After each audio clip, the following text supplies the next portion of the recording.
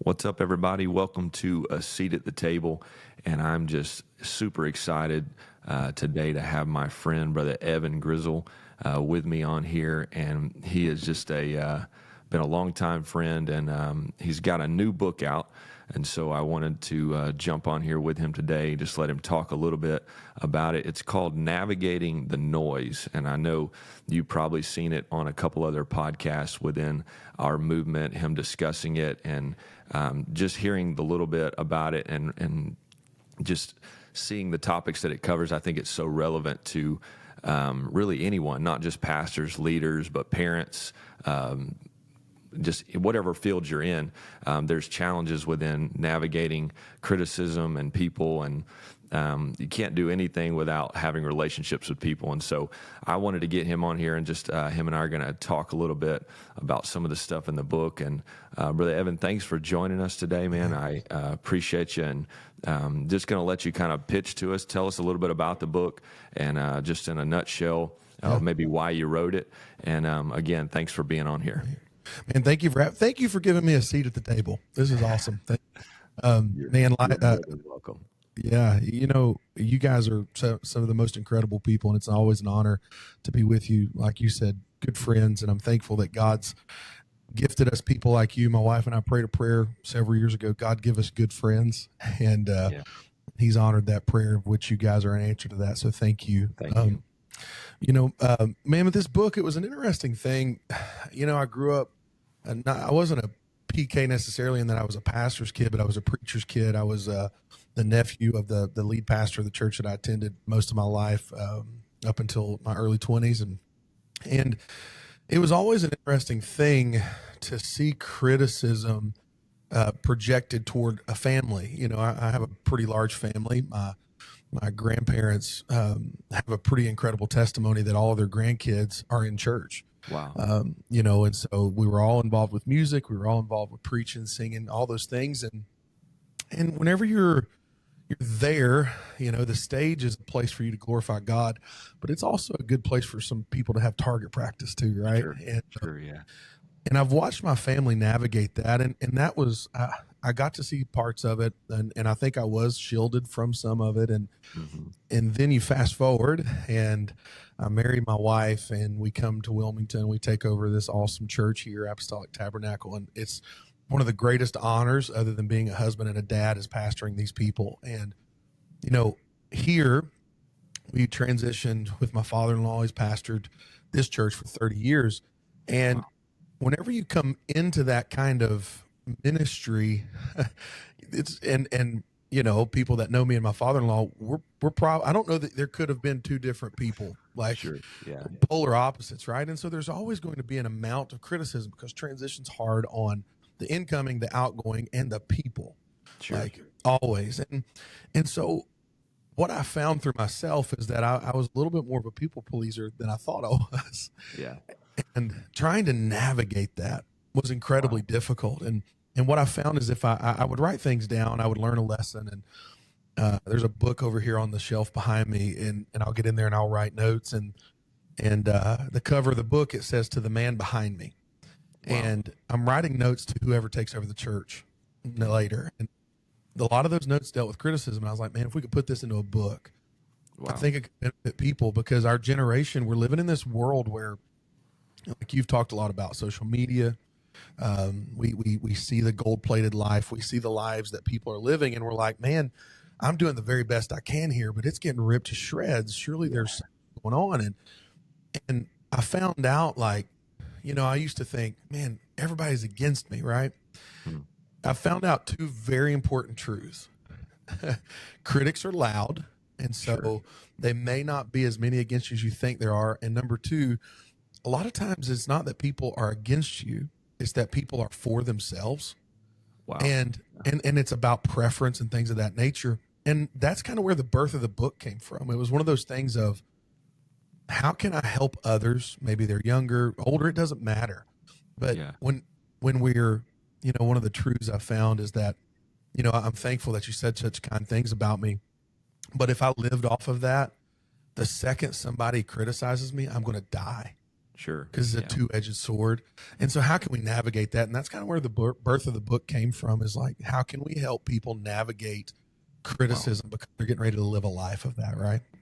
Yeah, I think that's so powerful, because it's like you said, you get all built up, and then the minute somebody says something, and that's really the day and age that we live in. I hear tons of people discussing it at different tables you sit at, and it's like, how am I supposed to navigate this? I feel like I'm getting bashed by one crowd where I'm getting accepted by another.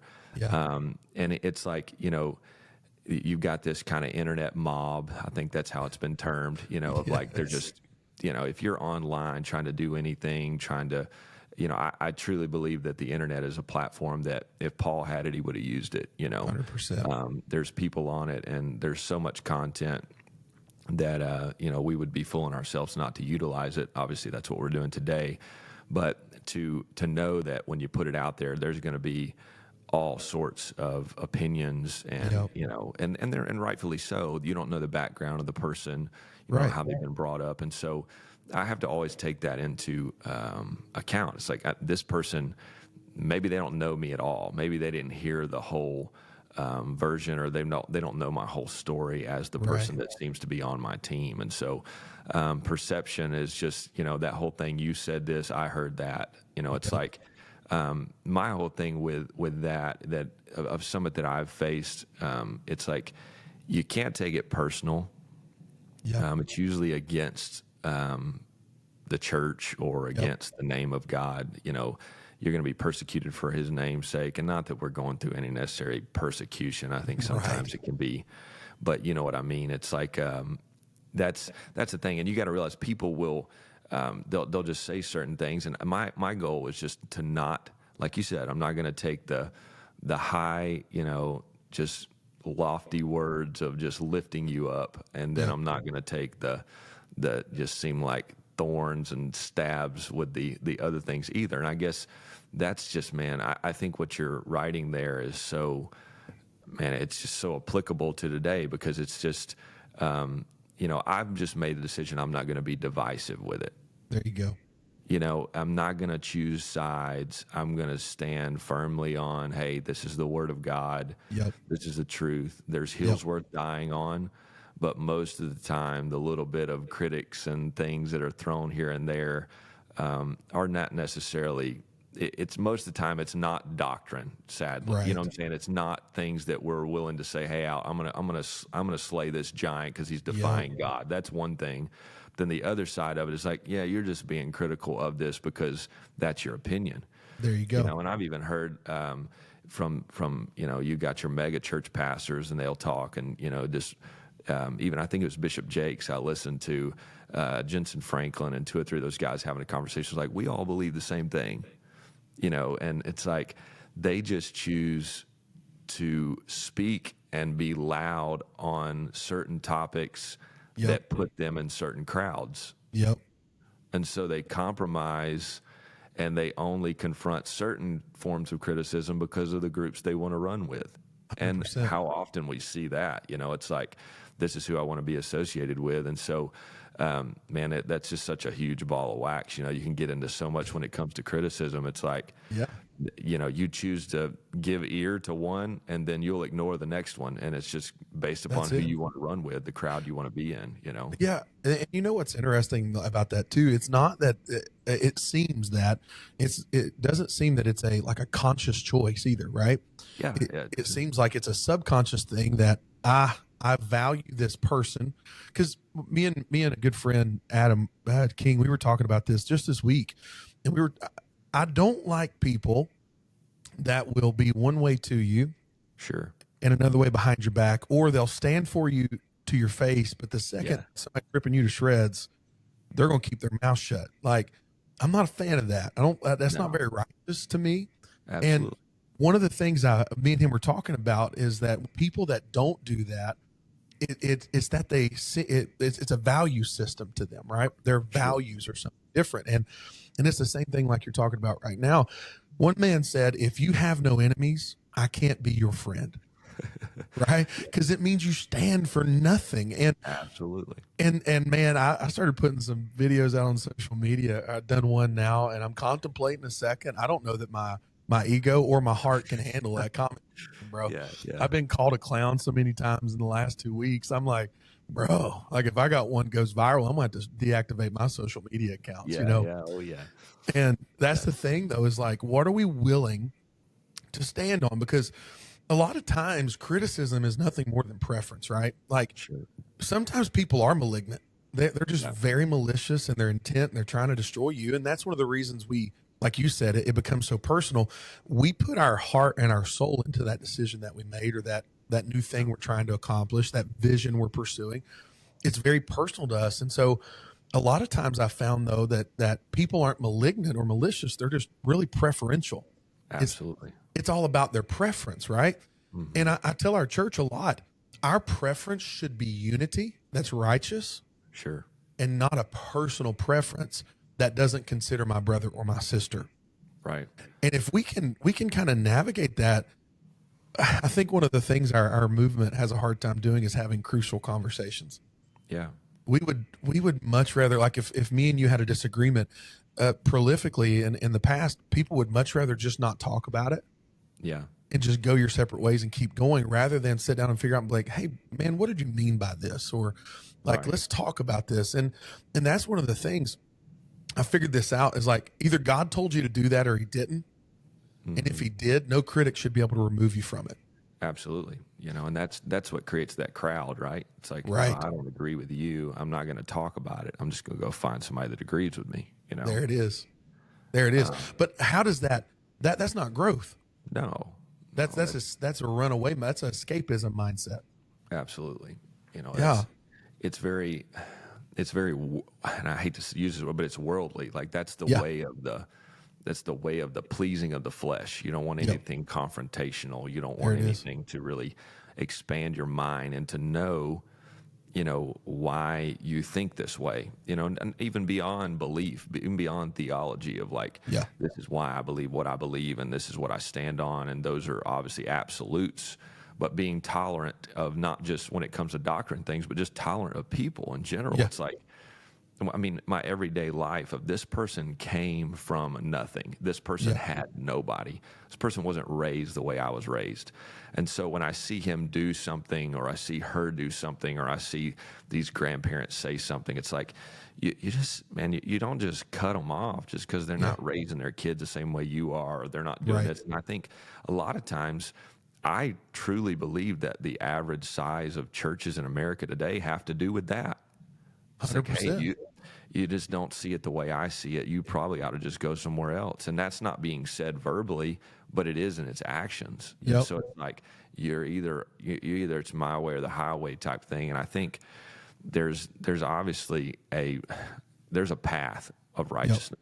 We agree on that. We understand that there is a way, that seems right to a man. We have to avoid our carnality and sin and all that. But when it comes to certain things, it's like, man, how do we live together in harmony, but we don't agree on every single little thing? And And you said something a while. I mean, this is probably 2 or 3 years ago. It was at the Adultish conference in Knoxville, and you said something, and it has stuck with me. And I shared it so many times. I would rather have righteous division than unrighteous unity. oh man, yeah, And- that's a huge one. Like that's huge, like if because I pastors, we're going to go through things, we're going to face things in the church without all kinds of stuff. And one of the things that I found is that I 100% agree with you that we're going to grow together, we're going to learn together. We got to be tolerant a lot of times of other people's styles and ways of doing things. But when there's something that comes against a leadership philosophy, or it's toxic to a church, or that's when you got to kind of drop the hammer. If it is disrupting the vision and the future of the church, then it's like, hold on a second here. We're not going in the same direction. And that's when we got to have to bifurcate and head our own ways a little bit. But I think a lot of times, like you said, what does our silence mean in that, right? That's the question I like to ask, is like, if I'm being silent in the face of that, I feel like for me, I feel like I'm taking the coward's way out. Absolutely, yeah. Like, I don't want to be known as a coward. Like, man, and I don't want to be known as confrontational either. So Sure, it's no, like but it's a balance. it is. It's a balance, and today you got to realize that this generation, especially in leading this generation, they don't want to stand for anything, and Right. it's not necessarily rebellion against anything. It's that Right. I won't stand for anything either. So, I think used to growing up, it was like you're going to get on one side of the fence or the other. There's not Right. going to be any straddlers. Like we're not, it's either buy it or sell it. Love it, hate it. Yep. I'll die for it. Whatever the case may be. And those guys were like loyal to the nth degree. It's Yep. like, and they were loyal to whatever. Like that's just how it was. But nowadays, you're seeing a trend of like, there's a lot of guys that they don't, and it's even within our movement. Like you can see it. Like I don't really care what you're a part of. I don't really care what you're, what this is, what that is. And to some extent, like I'm hearing some things that like is kind of encouraging. It's like, Yeah. I'm glad that you're not like that, divisive in the sense of like, if you don't, you're not a part of this and I don't want anything to do with you, that Right. type of thing. I get that. But in the same sense, that's like an undertow of just like, I'm not going to stand for nothing. I'm not going to be loyal to anything. So if we're not careful in this effort to be unified and to grow, Yep. you'll allow any and everything to be okay. And that's the balance of it. Right. So it's like, if you're not careful, you'll stand for nothing, and That's it's just it. this gray area of Yeah. just being spewed out, biblically. So it's just, but yeah, man, that's Yeah. just the topic. That's the thing.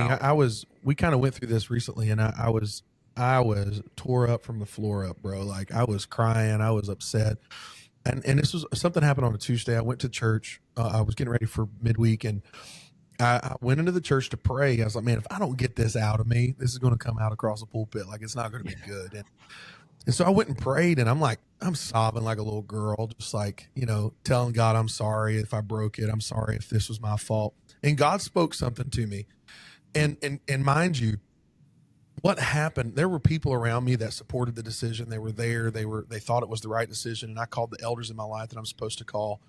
Mm-hmm. I had never felt more alone. Wow. Because when you take a stand for something, there is a sense of isolation that comes with it. Oh man. Yeah. That is so spiritual and powerful. And I was sitting there praying, and bro, God spoke to me, and I don't say that lightly, but I really felt the Lord spoke to me, and He said, "You stood now so that you wouldn't compromise later." Wow. And what I found is that, pastors and churches, they're kind of like a tree that it's growing. And, if you wrap ropes around a tree and you pull it and stake those ropes into the ground, you can make that tree grow a certain direction. Sure. And what will happen though is that if you see that growth, and then the fibers of that tree haven't had enough time to become like molded into that form, if you were to cut the rope, the tension in those fibers will cause that tree to violently swish back up to the top if it's a big enough tree. Yeah. And what I found is that people don't get hurt in this growing a direction that doesn't look right until much later. Yeah. People get hurt when you cut the rope and the tree swishes back. Wow. And the key I found is be what God is asking you and calling you to be always with everyone. And that way there is no back and forth. There's no wind of doctrine that can push you from one side to the other. It is just this firm foundational growth that continues to grow into this large, beautiful tree that grows in the direction God is calling it to, because all trees reach toward the sun. Wow. Right? They're reaching toward that light. And I found that out the hard way, is like criticism, if you bow to it, you will always bow to it. Now, that's not to say we don't, there's safety in a multitude of counsel, right? Sure. And all of those beautiful scriptures, we know those things, but there's a difference between counsel and criticism. So with that being said, I think that's a huge point in the sense of, now if shift it from the outside noise to more of a inward thing. So the criticism that comes, like you said, you always bow to it. I think the other thing that being in my, when you start talking about criticism and just being almost captive to the opinion of someone, let's put it that way. That's good. Yeah. it can be just as bad sometimes from people that matter. Yeah. And, we automatically chalk up criticism to people that don't matter, but it's the same sense of like, I struggle with it flipping the other way of like, I don't care really what anybody thinks that don't matter. But when it comes to my father or Bishop Carpenter or, my wife or someone like, I can take, if I'm not careful, I can take my father or Bishop Carpenter and put them above God. Yeah. And it's like, I'm just waiting so patiently for their approval or their sign off on a sermon or their applause that I'm gearing everything of my success to a man. Ooh. And it's like, it's a place where, yeah, you can say, oh, that's good. It's a man of God, but it's also a human being that I've put up on a pedestal, which is great. But man, if I've learned anything in being a part of a pastor's home and sitting at the table with pastors who I've like, even within this past year, I'm like, I've had conversations with men that were like the Mount Rushmore of ministry. Yeah. And it's like to listen to them and hear, like, even in situations that I'm a part of, it's like, that's not right. You know what I'm saying? Or whatever. And so it's like, if I put all of my hope and all of my trust and all of my, on their opinion of me, here I go, the same sense of like, and I think that you see a lot of ministries fail and a lot of ministries go by the wayside because they put it all in the sense of like, hey, if Bishop says this or if pastor says this about, and it's a balance of like, yes, I want to have a man of God that can speak to me, that has a voice in my life, but it never overrides the voice of God, right? Because there's going to be days where they can't give me what I need. There's going to be days where, they don't applaud me the way I think I should be, or there's going to be a day where they're like, hey, you really need to think about what you said and how you said it, or in my opinion, it's a I'm talking just from my experience, but it's like if I'm preaching something like, hey, you could really have brought that in a different way, or like, and I want people to be like, I ask for the criticism. It's like they're coming up just like, cutting me up with what I've said or whatever. But in the same sense, that's one thing that if my wife, who knows me best, will tell you that like, if I struggle with anything, it's wanting to please right people to the end of like, I'll compromise everything. I'll give up my own purpose. I'll give up everything just to say yes to that person that I want to please. Yeah. And so at times it's like you have to still put God in his rightful place. Yep. Because if you don't, then you end up in this place where I've exhausted myself. I've depleted myself of all my resources. Yep. And if I'm not, I'm just chasing this idea of like pleasing this person. And I don't think that's biblical either, or healthy for that matter. No, because one of the things I think too is that there's a couple of things I thought about there. The first is if you're seeking their applause, the absence of it feels like the opposite of it. Absolutely. Yeah. Right. So then you're 2/3 of whatever could happen. So they're either going to criticize, they're going to be silent, or they're going to applaud you. 2 of those 3 are negative outcomes for you internally. Right. Yeah. And that right there is a tough thing because we're growing as guys our age, we're growing up watching, like you said, the Mount Rushmore of the faith. And I've sat at tables, like you said, I'm sure it's the same way for you because I know your heart. Like when I sit there, I'm like, I'm not supposed to be at this table. You know what I mean? Like, I got asked to preach something and I'm like, I think you got the wrong number. Like, did you mean to call so-and-so, not me. Right. And I think like in those moments though, God's like winking at us going, hey, you're doing okay, right? Not nearly as bad as you think you're doing. And the other thing is like with your wife, like Sister Lauren, one thing I believe about her is that she loves you so much that if she sees that in you, she's probably going to call it out, right? Absolutely. Yeah. Because she's the epitome of that, help meet. It's like that, that actually means beneficial adversary. That's what that means. Thank you. And it's like, that's what it's supposed to be. And the worst relationships are those all across the board, not just marriage, not just pastor, not just being second in command, not teams, workplace, are those who just give this when they don't really need this, or 100%. just criticize, and they never hear the applause. Yep. And so it's like we're on the same team, but you're also going to tell me things at Yeah. times that I hope That's if it. that makes sense. And you know what? Here's the beautiful thing. I feel the same way about my wife. What we married was a helpmeet that's an accountability partner. So we both believe in biblical submission, that the man's the head of the home, because that's what Scripture says. But we are accountable to each other. Absolutely. There's a difference. And here's what accountability is. I don't think people really understand this. Accountability is this person knows what you're trying to become, and they see when what you're doing is not living up to what you're trying to accomplish. Yeah, that path's not going to get you there. Yeah, exactly. And that's all. They're reminding you. And I think that's one of the things sometimes we have a hard time with, is because the first thing is you have to let people in that deeply love you. Sure. And that have your best interest at heart, because then you can trust the words that they're saying, and you're not just going to take it and flippantly go, well, they're just trying to attack me, right?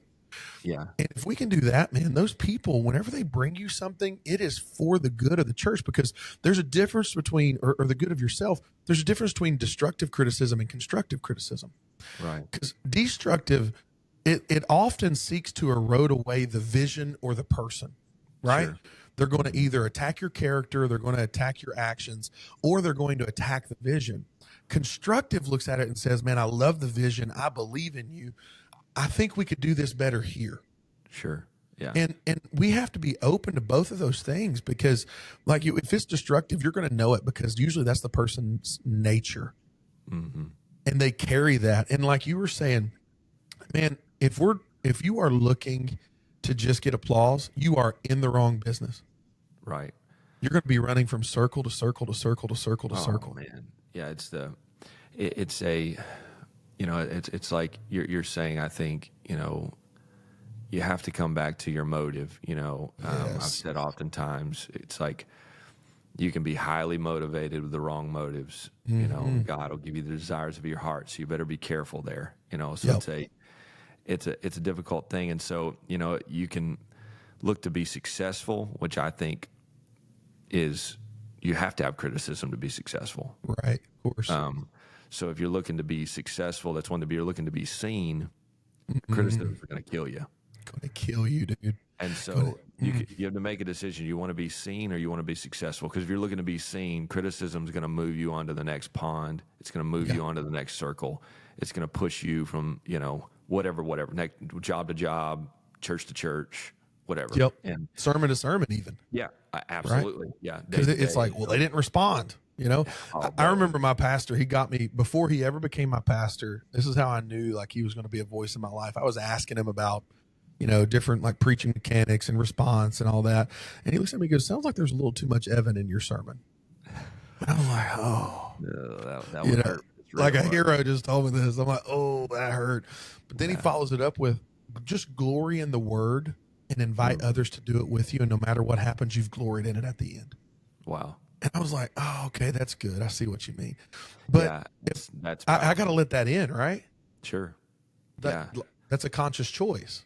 Yeah. Yeah. If you shut it off, you can count it off. You just, and how many times has something said, or you count it off to someone being disconnected, or someone being old, or someone being this, and it's not. I think, again, let those voices in that love you. Let them speak to you, because I think it's such a powerful way that God has created us to be able to commune together and to be able to help each other, that it takes hard conversation. All we ever want to hear is the applause. Boom. All we ever want to hear is the, man, you're doing awesome. When in reality, I truly know people by the fact that they're willing to tell me or have a hard conversation with me. I find myself going back to those people, because those people they care enough to say that, right? Yeah. And I think that's a huge part of it. I mean, within the book, and I know we've kind of really hit the criticism, but within the book, what's some other things that you really, I know I've heard you talk about a number of things, but what's some other things that you feel like are really just kind of the pulse of what's going through the pages? Yeah, there's a couple different things, and one of the big points that I try to make in the book is that criticism can be noise that's just a distraction. Okay. right?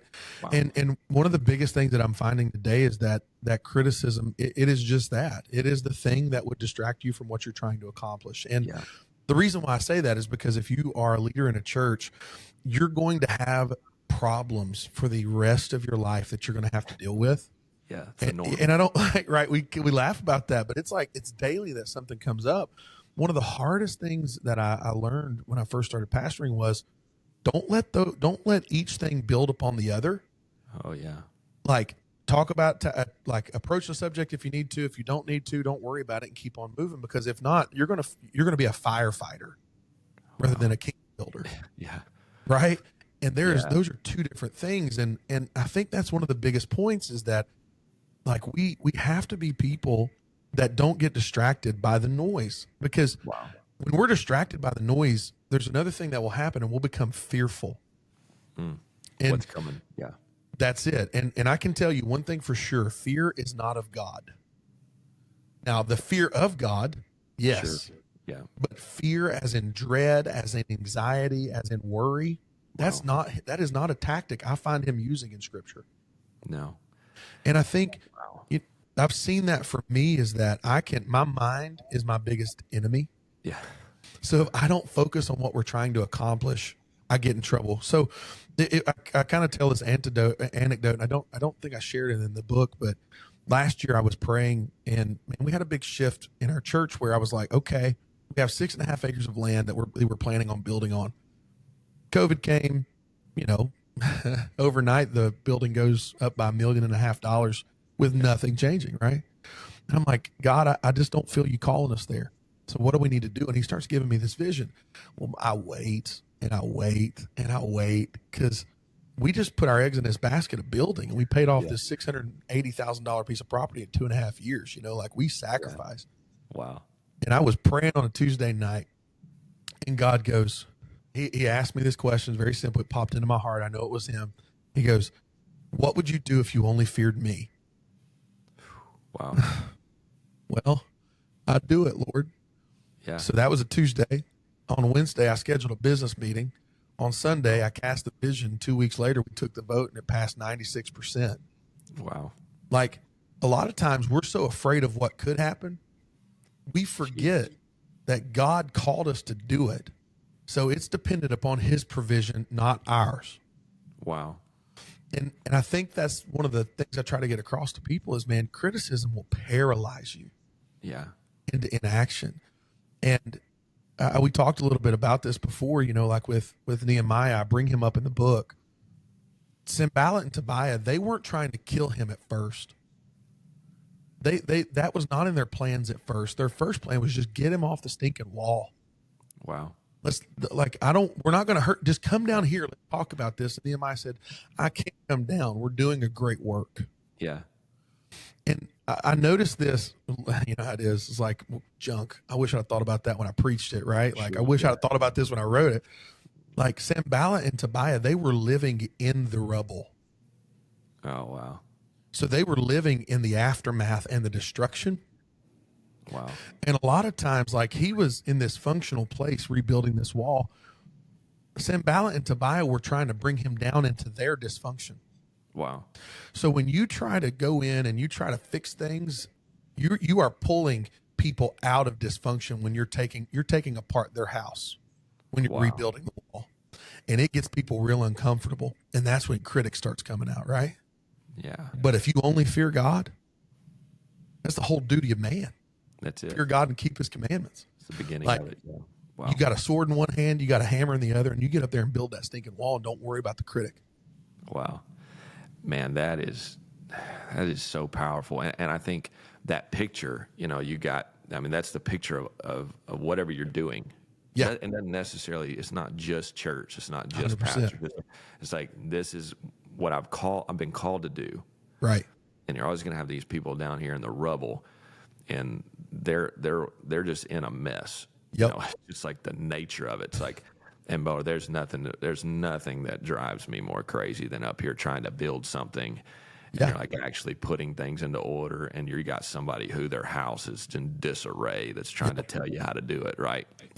criticizing everything you do, and in their house is a wreck, Yep. They got the beam in their own eye type thing. And so you've got all these things that just apply to that story. And I think Yep. the biggest thing that I think just in this narrative that I see people, and man, I'm sure your wife could really like speak to this, but it's just you get into this mindset that you're looking for trouble because it's come so many times. Yep. If you're not careful, it's not that you're hiding from it anymore or that it surprised you. It's that like you're literally turning over rocks to find it. Yes. And so you become addicted to the drama. You become addicted to the fear. That's you become it. addicted to the disarray. And so that's how you know that it's distracted you and pulled you down from productivity. That's it, dude. And That's so it. And like, do you know how much affirmation comes for that? you become a problem solver. You don't Yes. become proactive. You're not doing anything. You're just the rescue mission. That's all it. the time. You don't build the fortress to keep everybody in. You're just pulling people out all the time. That's it, bro. And I tell people at our church, I'm like, another word for problem is drama. They're like, well, I just like helping people. No, you don't. Exactly. You love drama, dude. Yeah, you want to be. You literally are. You're a firefighter all the time. That's it. I know you mentioned that, but that's some people literally live in that. And if they don't get that feeling, they're going somewhere else. They're transitioning to a new tribe, so to say. They're going to go find them somebody that needs them. And if they don't feel that, constant, and if we're not careful, that creeps into the church. Nothing's ever enough. I'm never content. Yes. Teaching a Bible study is not enough. Uh-huh. Teaching, being a part of the greeting team is not enough. And I've heard so many pastors talk about it. It's like today, people just they want to feel this. They want to, feel the purpose, and that's great. But what is the purpose? It's like. And it goes back to, man, that moment that you're talking about. It's like, if you feared me, if you feared God, would you do it? Yeah. If the fear of the Lord is just, it's what a lens to look through, right? Yeah. Yeah. And whenever you were talking about that, one of the things like that I love about your church, you guys have this unity in leadership, that there is your leadership philosophy is unified, right? Yeah. If it wasn't, whenever people, like, let's say me and my associate pastor, if he went from problem to problem to problem to problem to problem, just like we were talking about, but I'm over here like we're not doing that. I tend to be that guy. And sometimes it can even come across a little gruff. I'm like, nah, hey, we talked about this last week and you haven't done anything I've asked. Yeah. Like you didn't take any advice. I love you, but you ain't listening. Like if he was over here just listening all the time, and it wasn't trying to, you know what that would do? That it'd create a division, a dichotomy. Like they're like, oh, well, this one over here will do it and this one won't. So then it becomes preferential, and that's when the enemy comes in. That's why unity and leadership, when it comes to these types of things, are so important, that we have the same philosophy when approaching these subjects, because they know no matter which leader they go to, they're going to get something that sounds like the same answer. Wow. Yeah. And that's one of the things, like I'm working with our leaders, is to empower them to stand. Yeah. I don't feel like I'm the person that's supposed to. You are in leadership. If you're not going to stand up, who is? Yeah, man, that's it. Like you got to have a backbone, and that's what it comes back to. It's like, it's just a form of, that whole, the way that pride can be manifested is so unique, because we just put it into one category of like, I think about myself a lot. That's how pride. No, well, pride can also be like, you think about yourself a lot, but you think little of yourself. That's it. And so it can be manifested in so many different ways. But man, I think, just the topic in general is so powerful, and I appreciate you writing the book, and Thank you. I look forward to using it and recommending it to anybody that's trying to do something. When the last thing I'll say, and I don't know why I just keep coming back to this story, but you think about division and how things get separated and how things get torn apart many times goes back to something somebody said.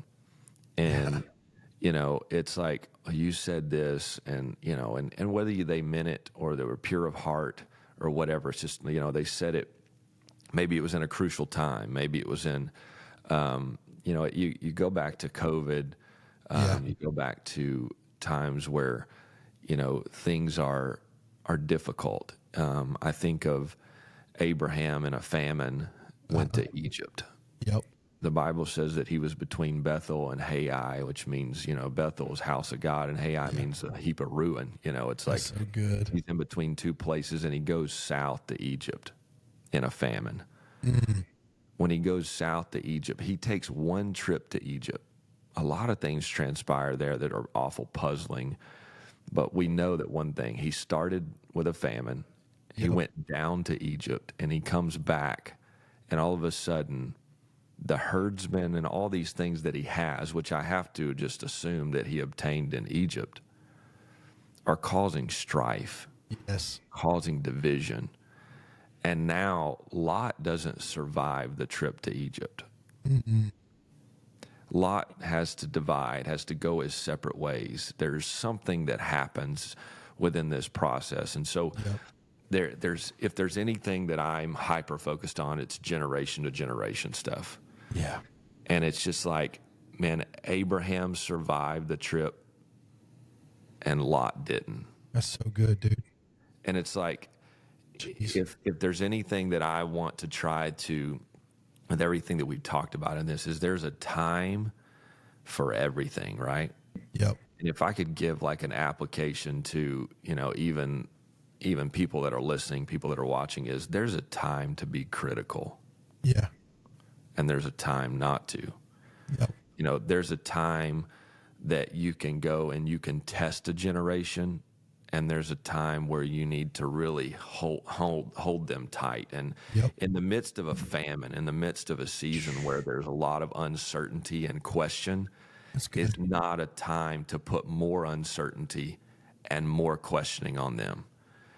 I truly think Lot ends up where he's at because in the midst of a famine, in the midst of uncertainty, in the midst of a very difficult time, he took him to another place and made even more questions and more. This is a place that represents what we're supposed to become brought out of type thing, And so there's just so much picture there that story is just, it's like, if I'm going to criticize somebody, and we know that those difficult conversations have to happen. Right. Think about the timing of it. Man, that's so good. And think about what this person's going through. Think about where they're at. I'm not going to pull this person in and make them question a couple other things when they're questioning everything.